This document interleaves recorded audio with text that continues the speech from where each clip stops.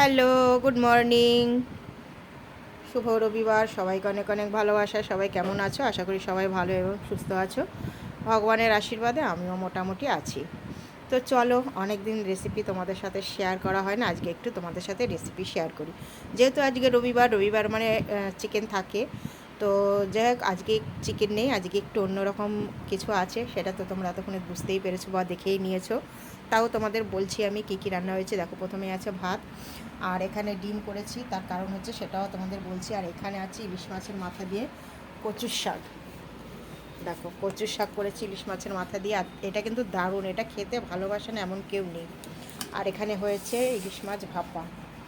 এবার বলি ডিমটা কেন হয়েছে। আমার ছেলে ইলিশ মাছের কিছুই খাবে না, একমাত্র ইলিশ মাছ ভাজার তেলটা থাকলে শুধু তেলটা খায়, এছাড়া ইলিশ মাছের কোনো রেসিপিও খাবে না, তাই ওর জন্য ডিম করতে হয়েছে।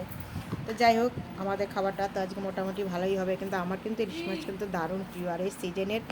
আর আমাদের মধ্যবিত্ত ঘরে সত্যি সত্যি মানে ইলিশ তো রোজ রোজ খাওয়া হয় না, বা খুব বড় সাইজের খাওয়া হয়ই না বললে চলে, কারণ ওগুলো হচ্ছে স্বপ্নের বাইরে। একটা ইলিশ মাছ আনতে গেলে মিনিমাম 1-1.5 হাজার 2 হাজার টাকা লেগে যায়।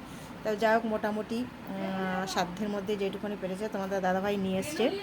তো যাই হোক, এই হলো আজকের রেসিপি। কেমন লাগলো একটু কমেন্ট করে জানিও। আর যে সকল বন্ধুরা ইউটিউব থেকে দেখছো, সবাইকে অনুরোধ করবো প্লিজ আমাকে একটু সাবস্ক্রাইব করে আমার পাশে থেকো। ফেসবুক বন্ধুরা বন্ধু করে পাশে থেকো। সবাইকে অনেক অনেক ভালোবাসা রইলো। সবাই ভালো থেকো, সুস্থ থেকো।